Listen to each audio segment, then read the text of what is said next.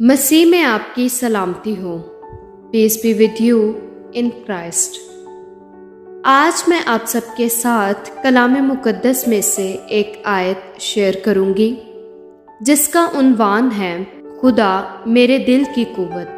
Today I am going to share the Bible words with you and its topic is God is the strength of my heart. So आइए अपनी रहनुमाई के लिए कलाम मुकद्दस में से देखते हैं ज़ुबूर 73:26 आयत।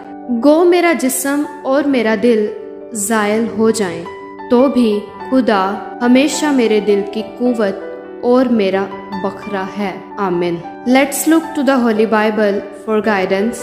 Psalm 73 verse 26.